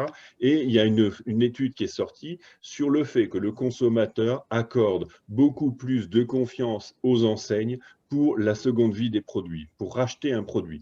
Parce qu'il est évident, moi, Stéphane de King Jouet est dans l'assistance, il y a longtemps qu'on discute ensemble pour dire, voilà, moi, en tout cas, moi, si je dois acheter un Scrabble, je parle n'importe quoi, un Scrabble chez King Jouet, je sais que j'aurai la garantie King Jouet d'avoir le nombre de pièces qu'il faut, la règle, et que ce soit reconditionné convenablement. Tandis qu'en particulier à particulier, on a tous fait d'amères expériences dans ce secteur-là. Donc voilà, donc je passe toujours très très vite. Tu peux peut-être venir sur le dernier slide. Donc voilà, donc sur le dernier, bon, il y a effectivement Ikea, Carrefour, évidemment. Dans l'étude, c'était effectivement les grands agroalimentaires qui ont la plus de confiance. Le numéro 1, Leclerc. En deuxième, c'était Carrefour de mémoire pour acheter des secondes vies. L'entrepôt du bricolage, parce que bon, je sais qu'il y a Emmanuel Bernard et Jean-Jacques Chabanis qui sont là. L'intérêt de l'entrepôt du bricolage, c'est d'abord, ça fait 5 ans qu'ils font Bricotroc, et ce n'est pas un coup, c'est-à-dire qu'on a vu passer ID Kids qui fait ID Troc à une certaine période de l'année, donc c'est tout à fait remarquable. Ici, Bricotroc, c'est tout le long de l'année qu'il y a des rayons. Alors, ce qui est important là-dedans, c'est que le produit est ramené par le client, il est reconditionné, il est revendu. Et moi, je trouve que ce qui est passionnant, c'est que c'est un argument de vente. C'est-à-dire qu'aujourd'hui, si je dois acheter une perceuse, le discours du vendeur est de dire, plutôt que prendre une perceuse qui vaut 100 €, je vous propose la perceuse à 300 € parce que vous avez la garantie de pouvoir nous la ramener pour la revendre. Et au dire de l'entrepôt du bricolage, et ils sont là pour témoigner très certainement, au dire de l'entrepôt du bricolage, ça fait augmenter le panier moyen. Je trouve ça très intelligent, et je vais dire, je pense que c'est vraiment le reflet de ce qui doit exister, en tout cas l'importance de l'enseigne, des magasins physiques pour participer de la seconde main. Donc voilà, je vais m'arrêter là, je pense qu'on va prendre quelques questions. Dire un mot là-dessus, Olivier, juste. Oui, vas-y. Alors, parce qu'il y a deux sujets que tu évoques, il y a la réparabilité et la seconde main, qui se rejoignent bien évidemment. La réparabilité, c'est une façon, et notamment via la loi, de rappeler les enseignes à leur mission. C'est un peu dommage qu'il ait fallu en passer par la loi, mais en gros, ça leur dit que ce qui compte, c'est de fournir à leurs clients des solutions, pas des produits. À la limite, il est neuf, pas neuf, on s'en fout. Il est réparé, pas réparé, on s'en fout, mais c'est l'illustration de cette mue dans laquelle on est, où l'on passe de l'économie de la possession à l'économie de l'usage. Et donc, la réparabilité aussi, comme l'occasion, comme la seconde main, ça deviendra un must-have de toutes les enseignes d'équipement de la personne et d'équipement de la maison, parce que ce qui nous intéresse à nous clients, c'est pas d'acheter un produit, c'est d'en jouir ensuite. Et donc, si ça passe par le fait de le réparer, eh bien, il faudra être capable de le faire. Et donc, je trouve que c'est très intéressant d'avoir associé ces deux mots, seconde main et réparabilité, qui n'ont dans l'absolu pas grand-chose à voir, mais quand même, ils répondent à la même mue de la consommation, l'économie de la possession vers l'économie de l'usage. Merci. Voilà, je pense qu'on va passer aux questions. Encore beaucoup de monde, quelques-uns ont dû avoir des obligations. On va prendre quelques questions. Pendant la petite coupure technique de tout à l'heure, il y a eu une discussion entre les participants, et en fait, ça tournait autour du magasin automatisé. Alors peut-être, Olivier, ton avis sur ce magasin automatisé, puisque évidemment, il y a du pour, il y a du contre. Il y a des gens qui ont dit, voilà, j'y crois pas du tout, parce qu'en fait, c'est pas du tout humain entre guillemets. Il y a aussi des gens qui disent pour les produits de grande consommation, les produits, je dirais, on n'a pas beaucoup de plaisir à acheter des pâtes tous les jours. C'est tout à fait intéressant. Je sais pas, quel est ton avis d'expert là-dedans? Ouais, je trouve que ça nous rappelle à une question qui est peut-être dure à entendre, mais quelle est la valeur ajoutée de l'humain dans le commerce? C'est-à-dire que si l'homme ou la femme avec laquelle je suis en contact dans mon parcours d'achat ne m'apporte rien, c'est qu'il est inutile. C'est très cynique, hein, je l'admets de le présenter comme tel, mais on le voit bien aujourd'hui avec la disparition lente mais inéluctable des heures en caisse. Dès lors que vous transférez des heures payées et travaillées à un consommateur qui les fait bénévolement et qui trouve ça bien, vous en déduisez que la valeur ajoutée en caisse, elle est insuffisante pour justifier durablement d'un poste incarné humainement. Alors, pour des très gros chariots, avec la femme et ses 2 enfants en bas âge et son chariot qui dégueule, oui, sans doute. Mais encore une fois, ça représentera quelle part de la consommation? Donc, ce que nous dit Amazon Go, de manière très extrême évidemment, et probablement non duplicable à court terme, dans un hypermarché de 20 000 m² où il faudrait truffer de caméras, mais de milliers de caméras. Mais évidemment, est-ce que c'est duplicable en l'état? Non. Mais est-ce que ça dit quelque chose de l'évolution du retail? Ah ben oui, bien sûr. C'est que l'humain, là où il n'apporte rien, va disparaître. C'est ainsi. Voilà, qu'on trouve ça bien, pas bien, sauf si on dit on met une loi pour interdire les robots. Ok, très bien, on est capable, hein, cela dit. Mais c'est ça que ça m'inspire. Ça rappelle que quand il y a des hommes ou des femmes, c'est qu'ils doivent être porteurs d'une valeur quelconque. Voilà. Bien. Si vous m'entendez toujours, parce que j'ai eu un petit problème de son, en tout cas perso. Vous m'entendez? Vous m'entendez? On ne m'entend plus. Pour Amazon Go, d'une manière claire, l'avantage différent. Libre servicisation du commerce, parce qu'elle apporte des bénéfices des 2 côtés. Une techno qui apporte un bénéfice aux consos et aux commerçants, elle finit toujours par s'imposer. Toujours. Une techno qui n'apporte un bénéfice qu'à l'un ou l'autre, elle peut s'imposer, mais elle va mettre plus de temps. Et dès lors qu'il y a des 2 côtés, et la libre servicisation du commerce, on l'oublie, mais c'est une avancée pour les 2. Rappelez-vous, il y a une génération, vous n'aviez plus d'essence dans votre voiture, et la station, elle est fermée. Ah ben, vous êtes dans la merde. Aujourd'hui, le libre service est bien une avancée, parce qu'on vous donne la liberté de mettre de l'essence dans votre bagnole quand vous voulez. La libre servicisation de l'accès au cash est une avancée. Rappelez-vous, vos grands-parents, il fallait bien penser à aller à la banque, pas trop tôt le matin parce que c'était fermé, pas trop tard le soir parce que c'était fermé, pas la veille de fête parce que c'était fermé, pas le lendemain de fête. Non, je caricature un peu, mais c'était ça. Et donc, on oublie souvent que dans le mot libre-service, le premier des 2 mots, c'est libre. On a transféré une forme de liberté. Alors, on peut discuter de la liberté. Enfin, rappelez-vous, il y a maintenant une quinzaine d'années, qu'est-ce qui a fait le succès des bornes vidéo en libre-service? Vous vous rappelez de ça? Il y avait des kiosques vidéo partout. Excusez-moi d'être trivial, mais c'est que vous alliez louer votre film de boule sans que personne vous voit. Ben oui, c'est le libre-service. Vous n'aviez pas de contact de jugement de celui à qui vous le louez. Dans les vidéoclubs, qu'est-ce qui marchait bien?